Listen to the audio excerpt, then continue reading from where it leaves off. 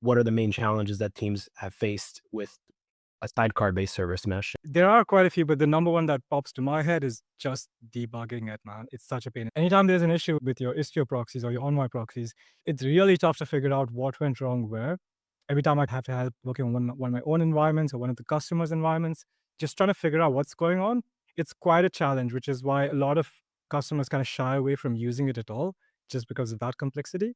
In addition to that, it's quite resource intensive. So the Envoy proxy, which is used by the Istio sidecars, that does something called L7 or layer 7 filtering, as well as layer 4 filtering.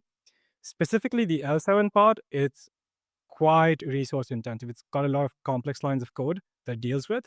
And it's a very popular open source tool. Even Google uses it in its load balancers, but it's quite greedy for CPU and RAM, right? So a lot of customers see that, okay, I've deployed the service mesh and now my nodes are using twice as much as CPU and memory as they used to be using. So that's one big problem that the sidecar model has. In addition to that, it's just a lot of operational overhead, right? And operational complexity. If I wanted to, say, upgrade it to a new version, right, you'd have to roll out that update to every single pod. And these sidecars are attached to pods. So when you're restarting the sidecar, you're restarting the pod as well. So there's potential disruption there. So you got to plan out and phase it out in a way where you got to roll out the updates so that there's minimal disruption. So that's another challenge you have there.